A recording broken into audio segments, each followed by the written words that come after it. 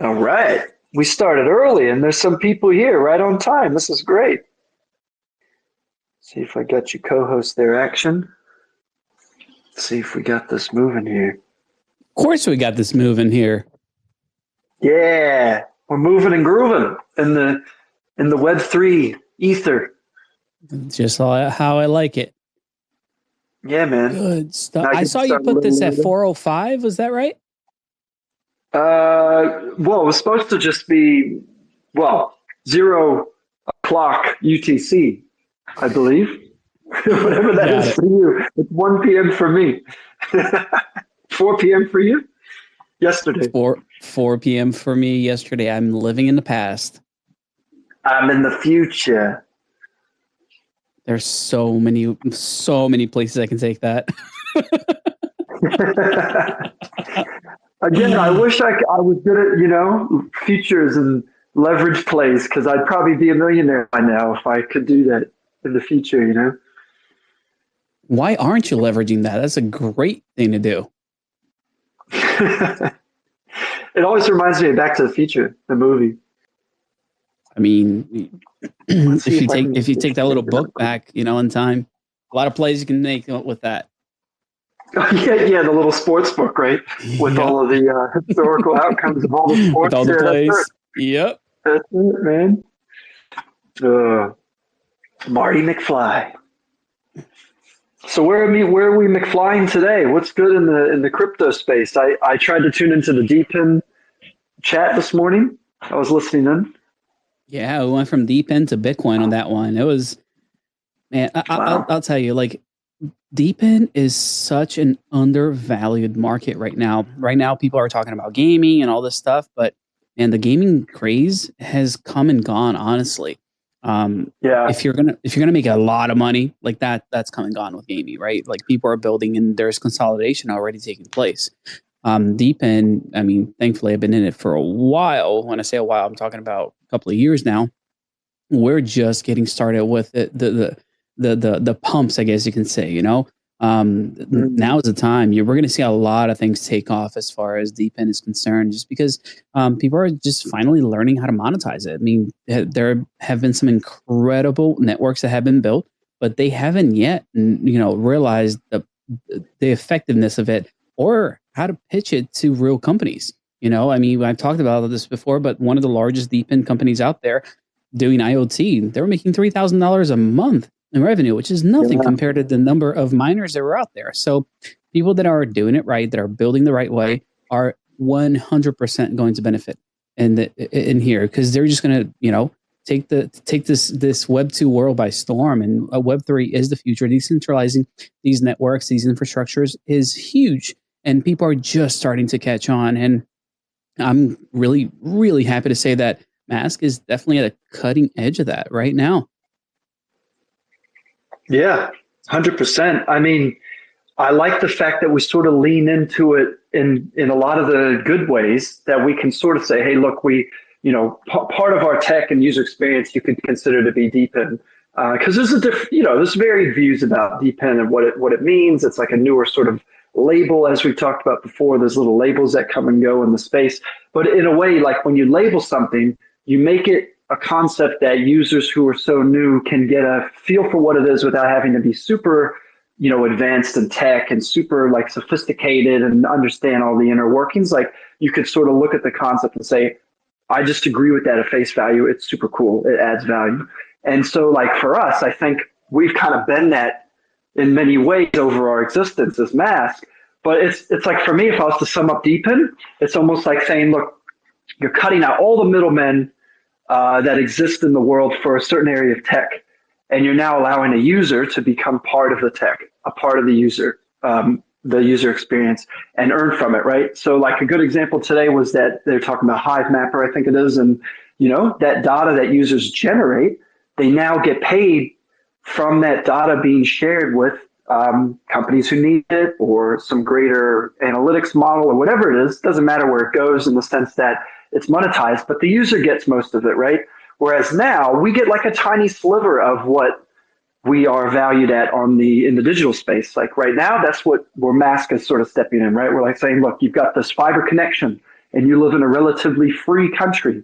Well, you can share your freedom, you can share your bandwidth to those who really need it, and when they pay for that service, you're getting paid in MASQ tokens. So it's kind of like, cool, no middlemen, you're kind of sharing it directly to users, and you are part of the network. It's like, it's such a wholesome concept that almost anyone can look at that and say, I want to be part of that,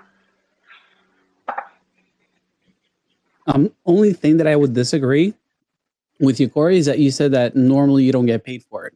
You never get paid for it in this world, man. Like, unless there's Web3 involvement, like none of these companies are trying to give back. You know what I mean? Like, they're earning off your back every single day. Your ISP that charges you to use the internet. When you have leftover bandwidth, let's say you are on a tiered program like I am, like I have to pay to have unlimited. So they charge you there. But if I didn't use it all, well, that's okay. I would, not get any money back. I would just pay less, which isn't great. But then on top of it all, their DNS, well, they're selling all of that data and doing it legally because the government allows them to actually sell your browsing history to the highest bidder. That doesn't feel very good at all. No, it's almost like if there's a step to clip the ticket, it's going to be done. So you're probably right. Like most of the time, the user actually doesn't get anything in return, or they don't get to retain or receive back any of their value that they provide the network. So like that's why everything on Google is relatively free to start out, right? Searching is free, but they deliver you ads because they're monetizing your search. Some of the levels of hosting or analytics, those are free services because, again, they sell it on the third-party marketing firms and monetize the behavior that they can see and the tracking of the regional clicks and where things, it's all about this ad monetization.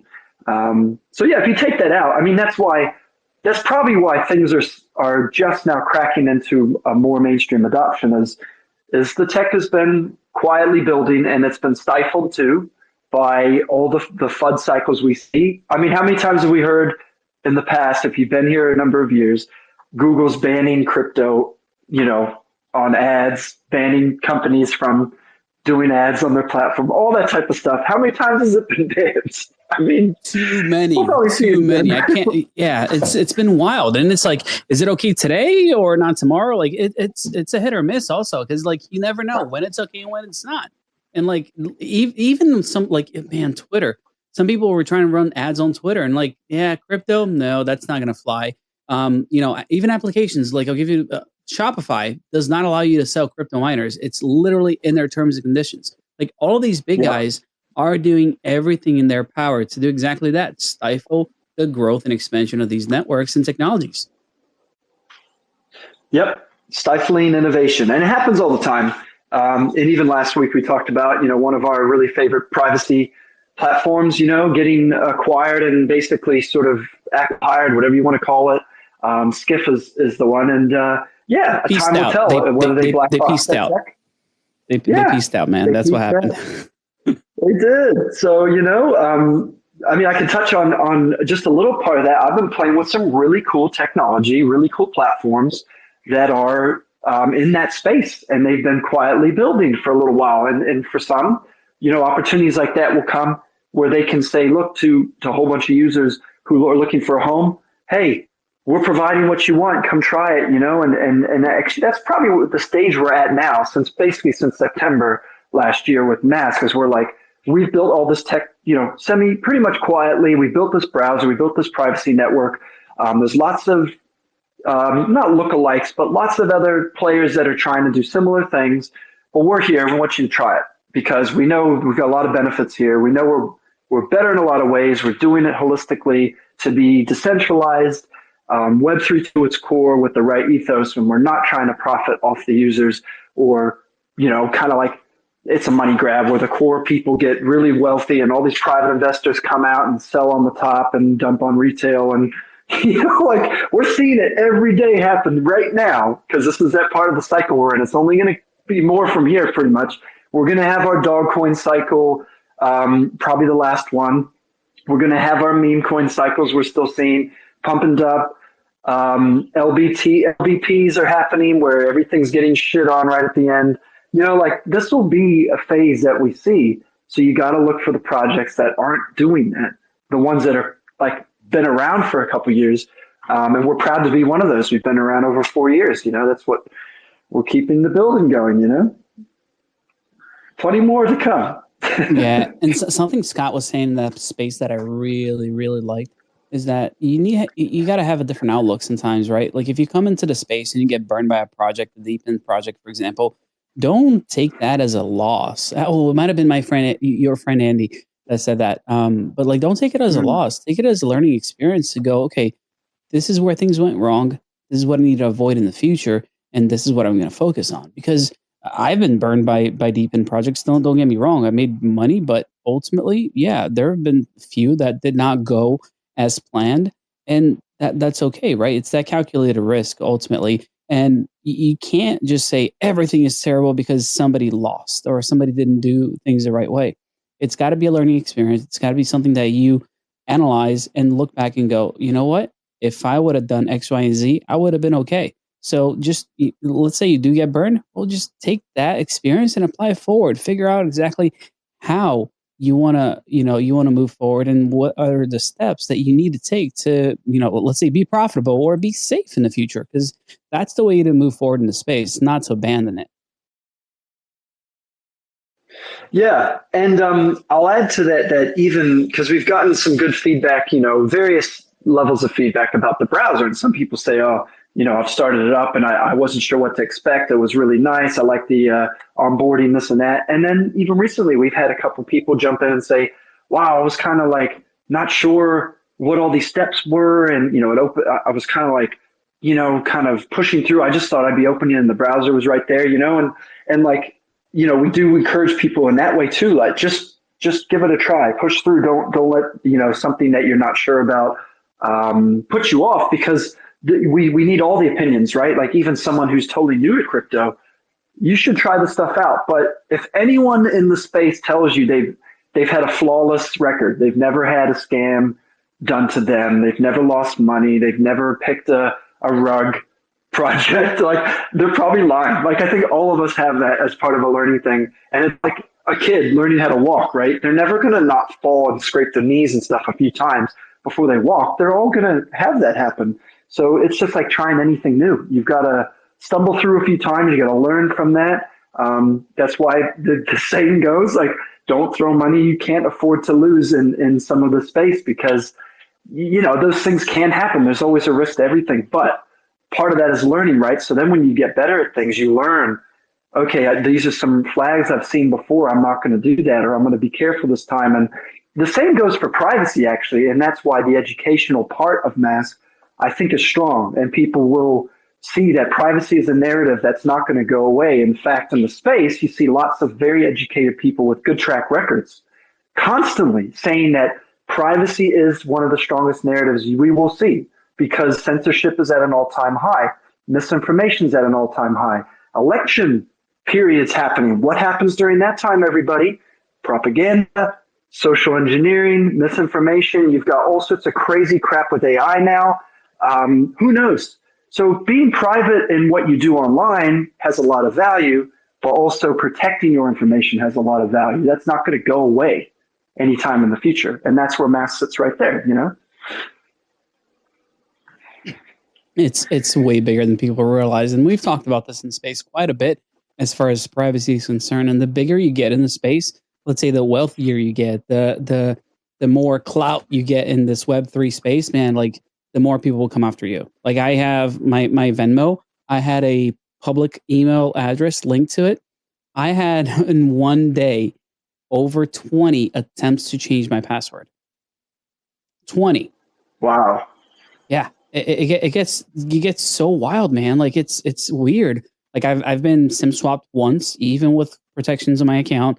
Like there's just a lot out there that I wish didn't happen. Unfortunately, it's just the world that we live in, and we kind of have to put up these guardrails to prevent, even the smartest person out there from making a mistake. Because all it takes sometimes is one click. Sometimes all it takes is one confirmation to a wallet.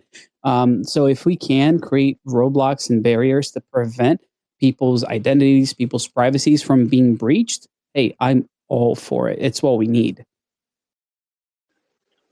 Yeah, and that's really what we're looking at in terms of privacy features to constantly iterate and build into MASQ. Like we want it to kind of just be that place where everyone can try and use some of the best tech out there that is active and being supported in the space, but with the right sort of team values behind those. So a lot of these partnerships that we kind of hint at, and then it takes some time.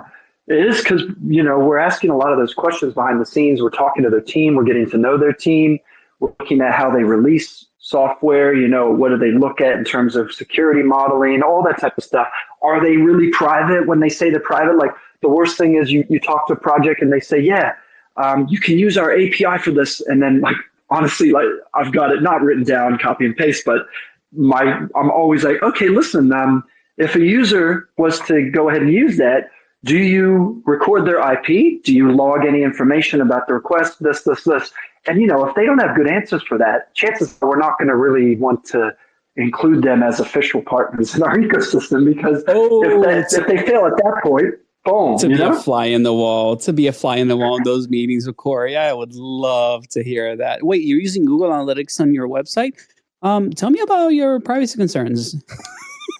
Yeah, I'm like, so what's your data retention policy? And they're like, yeah, so this, and I'm like, okay, that doesn't sound that great, buddy. Like, not to say that you're doing anything bad, but look, if the data's there, and it's there for like not really the right reasons, then like, do you need that? You got to look at that stuff. And so, things take a little longer in that phase, but that means that we're kind of curating as a team, like what we feel are value-based partners around the. And again, not everything's bad. Like just because it's not to scare people and say, well, just because you use something and they might log your IP at that moment, doesn't not always mean it's malicious. But that's where a browser comes in, like MASQ, where that, okay, if it does log an IP, it's not necessarily going to be yours. It's going to be, when you have MASQ on, it's going to be an exit node who, you're routing through, but it's all encrypted. So all they'll have is a reference to something else, which isn't you.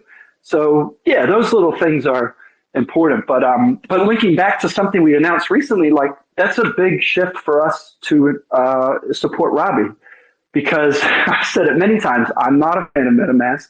I don't agree with their model of how they design their wallet, and I think that they haven't made it for people who are like really conscious about security, privacy, about having it in a way that's simple to do and to use. They haven't nailed it. They've had a decade almost a decade to nail this, and they really haven't. So look, I mean, probably a version or two from now, we'll be opening up MASQ for new users, and Robbie will be the default, not MetaMask, for a lot of reasons as well. I mean, MetaMask has narcware, not full-on narcware, but stuff in there that I don't see it being far-fetched that soon, like when I say soon, like a year or two later, next cycle, MetaMask may be like institutionalized into being where they do track all the users. And like MetaMask might be quote unquote self-custody, but they know enough about you that they know what you're doing. They know your wallets, they know the contracts, they know all the wallets linked to you by IP. And so that's where privacy now is next level as a requirement for someone who's conscious about that. But by then the breadcrumbs are there online. It's kind of hard to reverse that. And it's not to say everyone's going to have bad things happen, but it's just like protecting yourself from that. You got to plan ahead. So yeah, I think that's a big deal for us is supporting other wallets, because I don't like MetaMask. I'm sure you don't either, man. I'm already dealing with the IRS, man. I don't need any more of that. Yeah, we're like, preach. And then I told someone off the other day in one of these little side channels I had, someone's like, yeah, should I just go get that stuff off MetaMask Swap? I'm like, fuck MetaMask. What are you doing with MetaMask Swap, man? You're getting charged like a 1.5% fee. Why are you using that? And they were like, oh, yeah. No, you've been mentioning Robbie. Like, I really should get on that. I'm like, don't wait, just do it. You've got just import wallet. It's so easy, Yeah, there's no doubt about it. I mean, education in the space is still I would say not enough. I mean, I appreciate having these weekly spaces. Yes, because we get to talk about what's happening at MASQ, but also because we try to bring up what's right, what's wrong, and how people can improve their browse, not only their browsing experience, but their experience in Web3 as a whole, which is really important because if we want people to come in and stick around, it better be a good experience. Yeah, I think your reception's going a little bit there, but no, any new user, like the last thing we want is the next wave of new generation Web3 users and crypto users to have those bad experiences of getting phished, getting scammed, getting hacked, losing funds. Like we need to minimize that. And that is a big reason why the tech leaders and people who want to stand as an authority in the space about privacy, about security, and I feel like myself, through MASQ as well, we're gaining that awareness of people to look at us like a group of builders who care about that, right? That has to be educated all the time. So all the users coming in now in this next generation are going to be exposed to the good things and not fall trapped to the bad things. So leaders need to collaborate. And like, that's why I kind of do like the networking phase that I've been in the last 6 to 8 months with projects who care about that. Wallet Guard, like honestly, I'm scoping so many things that they're doing, which I love to have part of the MASQ browser natively. And I think they're doing amazing things for the space. I mean, they're getting attention too. I'm not a fan of the Hello show that they're making, that what is that pitch, sink or swim pitches with Mario No Fall or whatever. And those people on the panel, like, I'm not a fan of the show. Like, I haven't watched it, I haven't bought the token, and so I'm not endorsing it. But that is getting awareness to projects that are possibly really good. And Wallet Guard got on there. I think don't know if they aired that episode, but they are like becoming a leader in security, and that's super cool, man. If you're not using it on your normal browser, you should, and it's free, and it's saved people money all the time. It's one of those things. Yeah, I mean, I'm gonna have a side chat with you, buddy. I got some stuff I want to make sure you know about later on as far as Wallet Guard, because there is like some awesome tech out there, and like again, I love competition in the space just because it makes everybody better.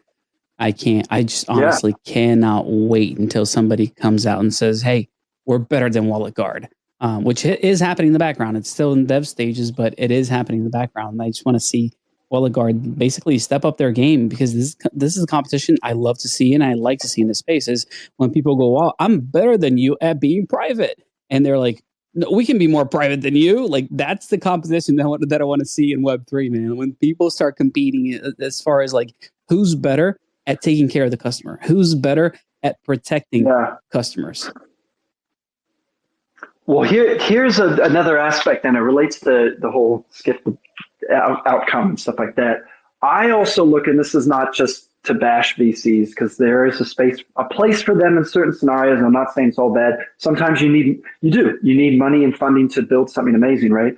But often when I look at that run of competitors in a particular use case, you want to look at who is the first to take VC money as well. And if they haven't got it already, what are they doing next? Because, I mean, I don't know if it's public or whatnot, but I am aware that the Wallet Guard team has had talks about doing those things in the background, and whether they pursued them or not, I'm not sure. But, when that becomes real and you get institutional money backing a project, then you got to also recognize there could be trade-offs, because then, is that going to be a firm spot in their product suite to have real true privacy? Is it going to be really truly decentralized?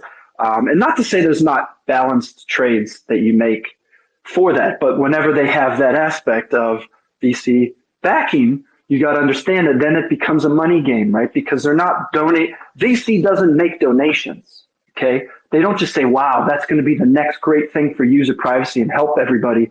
We're going to just give you some money. Don't worry about paying us back. Don't worry about profit returns, anything. Just take this $5 million. Take it.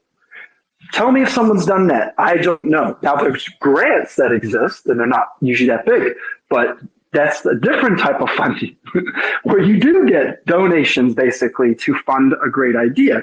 So that's something you always got to look at is what projects, like who's backing who, are they doing raises? Who are them? Who are they? And what are they going to dump on retail? Like eventually they will. So yeah, it's something to look at too. And I'm always interested in that aspect as well.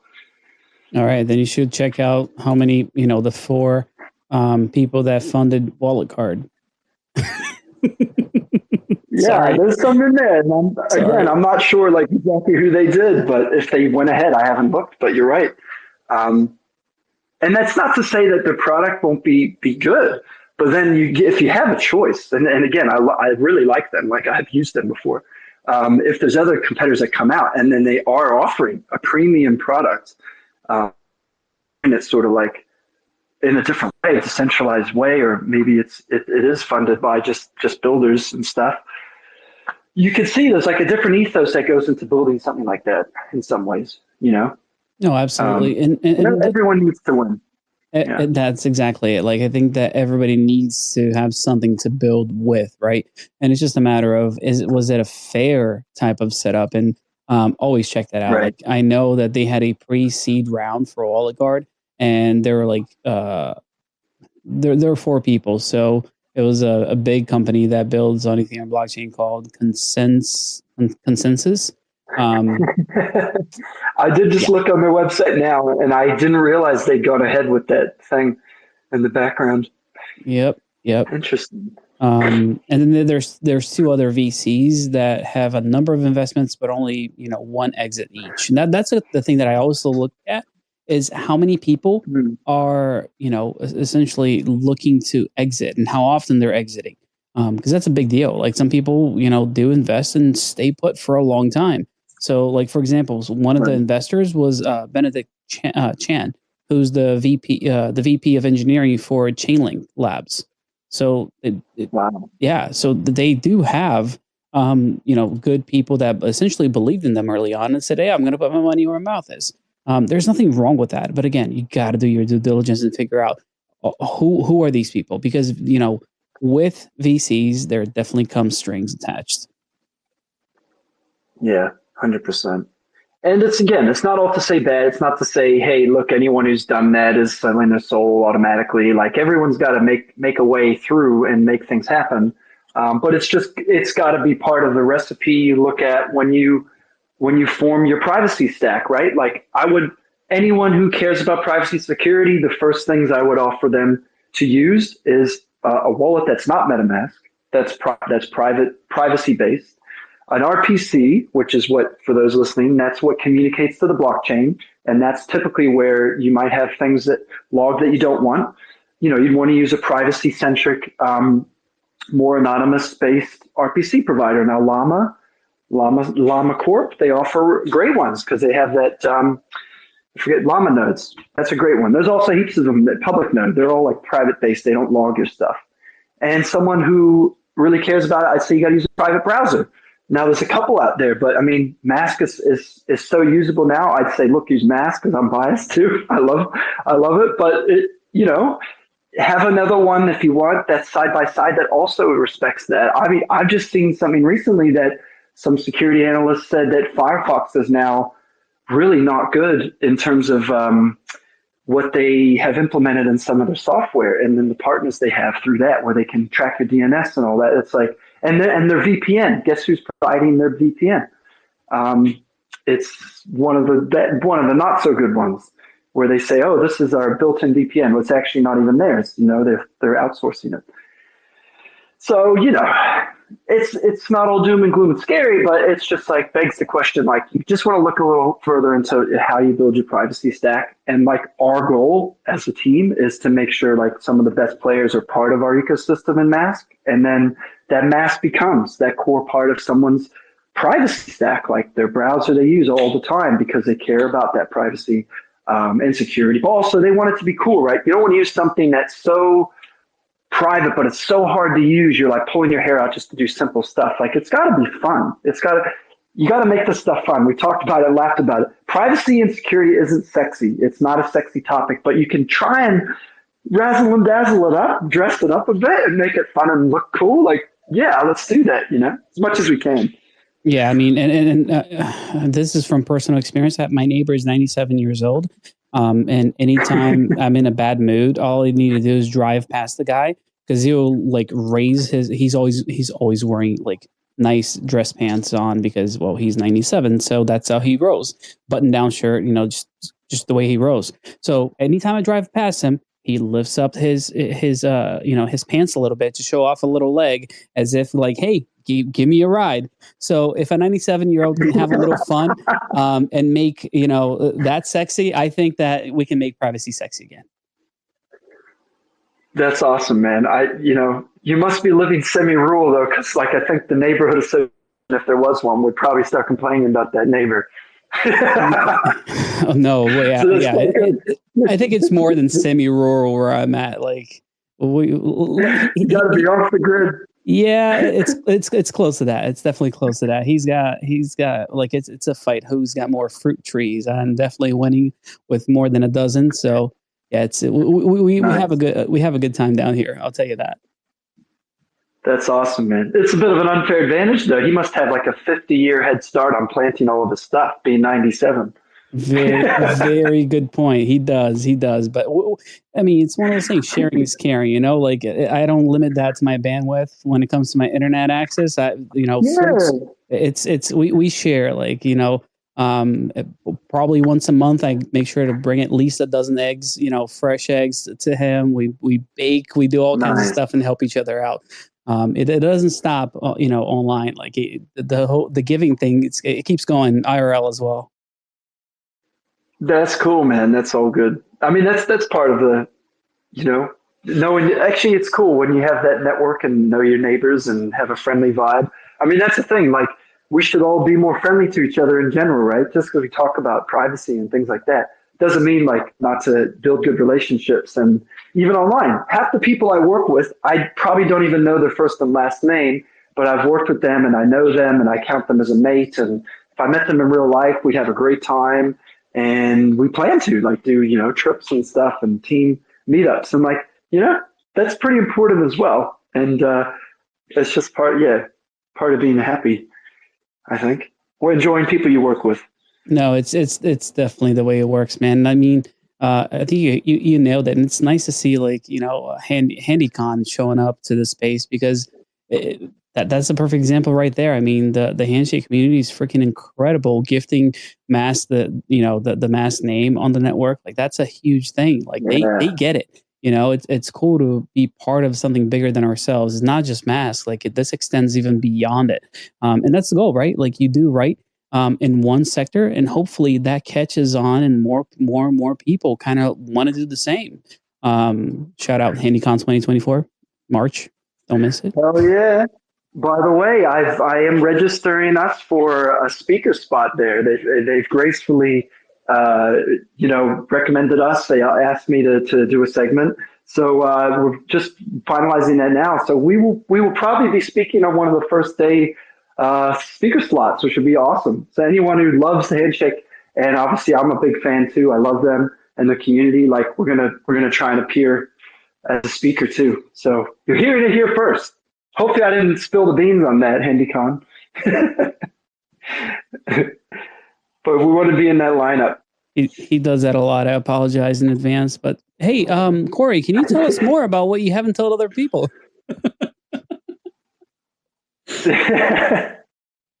You squeeze the juice, man. We got to do it. We're making lemonade. Oh, you cut out there for a second. Getting a little bad. Yeah. Is it me or you? I think it might be yours because I hear like the distortion sometimes. But I'm hearing the distortion in your voice. It might be me, maybe. I don't know. But yeah, hopefully everyone caught that. We are going to jump in as a speaker at HandyCon. We're just working out the date and the slot. So that's super exciting. And, again, it's like making friends in the space, building cool stuff together.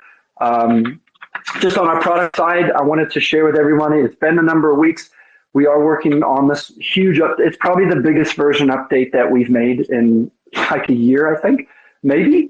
There's a lot going into it. So we're 95% done now, which is amazing. And what we'll see is all the new stuff a lot of the new stuff we've been releasing and announcing. So Robbie's going to be in there. Hopefully the first level of HMS support in there, so domains can be surfed to straight from the URL bar. We're going to have a new UI component to manage the MASQ connection, which is very, much simplified.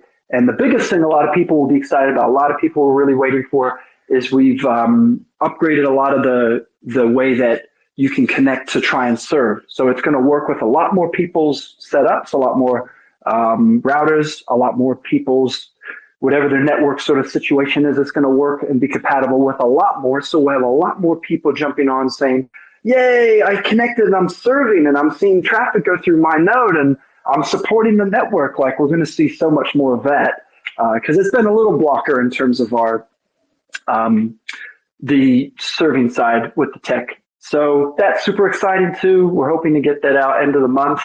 I know we don't normally give dates, but like that's my really ambitious goal for the team, and we're working away every night. Last night I was up till 2 a.m.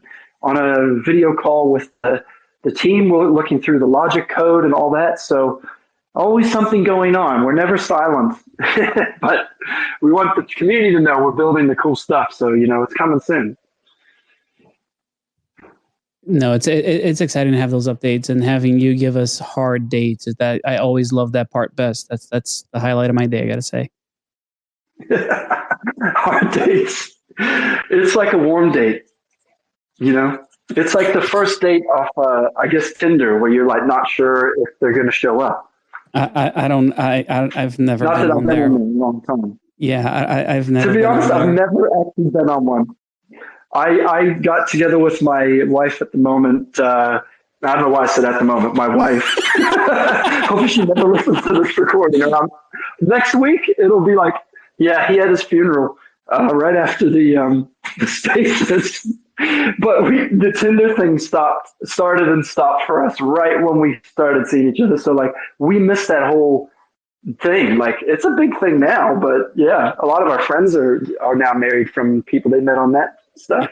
Yeah, that's my brother's story. He met somebody from across the globe, but for me, I'm on the same boat as you, Corey. Like my current wife, she's she loves when I say that. She's also the first and only, but this year is going to be 15 years. So yeah, it's. Wow. I was a child when I got married, and I love the fact that I did so. You know how much money I've saved on going out on fancy dates and trying to impress people? It's been phenomenal. I've bought crypto with it. I was going to say, yeah, all of that has gone into crypto now, and that is like the success story, right? It's like if you're doing the cycle, guys and girls, just get married quickly with someone who's awesome. They love Web3, and you will become a millionaire. It's just the recipe, I mean, you got to marry up. That's definitely a thing. I mean, my wife, freaking incredible scientist. Not bilingual, multilingual. It's more than two. So like, yeah, she's crazy smart, and allows me to do this. So she's a little crazy. Not gonna lie, she's a little bit out there. She allows me to do what I'm doing, but I love her. Yeah, man, same here. And, we're all a bit crazy, man. If you're not a little bit crazy, then, we're living a boring time if we're not all a little crazy. We're all a little crazy to be here as pioneers of all the stuff we do in this space, man. 5 years from now, people will be like, so what's your journey? And you'll tell them and they'll be like, wow, you're like you're one of those old crypto veterans with all the battle scars and all the lost money over time, to learn, stumble your way through. Yeah, well, I lost a little more than just a little bit, let me tell you. But yes, I agree. Yeah, we'll share our battle scars in another episode. Oh man, if I could just show you my mining accounts from back in the day, my mining pool accounts, it's wild, dude. Like seeing payouts of like 1.5 Bitcoin. Those are the good times. And just as long as you didn't buy pizza, man, like you'd be sweet. Yeah. No, I bought video games with it, and then I lost my wallet. So yeah, it's worse. Yeah, we'll need to save this for another episode of airing out the skeletons in the closet of crypto. There's a lot out there. There's a lot out there. All right. There is. Again, like I said earlier, if you see someone who's saying, no, you never lost money, never been scammed, never invested in a rug, like they're probably lying, or they're probably brand new to the space. They just had their first month. Yeah, they probably already got rugged. They just haven't realized it yet. Yeah, they haven't checked their wallet. Yeah, man. So, yeah, but no, great chat today. Thank you for everyone joining in a bit early. We did start this an hour earlier. We'll go back to normal time as far as next week goes and ongoing, so that's all good. But yeah, keep an eye out for hopefully some good news in the next week or so. We're going to get this next version out, and lots of people are going to be excited to see, number one, a new wallet in there. That's experience for people to try, and just some really cool updates from us. And yeah, if you aren't a tester or aren't a user, I should say, of MASQ yet, please hop onto our website, maskbrowser.com. And again, that's MASQ with a Q, maskbrowser.com. You can download it for Windows, Mac, both chipset flavors. So if you've got a fancy M1 or Intel, it works for both. We've got a Linux version on there to be supported with new flavors. Plus, actually, here's one little thing I'll add. We have now hosted installers on IPFS. So if you do happen to be in an area and for some reason they're starting to censor our website because they know we're super cool, super powerful tech, they don't want people to go to our site, we are hosting installer links on IPFS, which anyone can access from anywhere basically around the world through that technology. So that's going to be cool. And that'll be part of our live, our proper live website launch, but you can sneak around on the website and get to it, probably through the blog, I think. There's a lot of stuff in the blog that most people don't even realize. So that's good stuff, man. Pointing people over there. I actually love reading those articles. Yeah, you've put out a lot of good stuff on there. Yeah, and there'll be one more announcement coming this week too. I won't say what it is, but it's pretty cool. I've hinted at it a little bit. It's going to be great for anyone who is, involved in the market. I guess if you're looking at acquiring MASQ or using it to get premium, we're enhancing that experience with another partner soon, which is really cool. And I think that's planned next couple of days. So keep an eye out for that. It's going to be open up a lot more things for the project and the community as well. So really excited. Been working on that for last 3-4 weeks. So those who investigate on chain will probably know because everything's there for those who seek. The alpha is there. The alpha is there. The alpha is there. Okay, so cool. I'm going to go read the website. That's perfect. Do it, brother. Do it.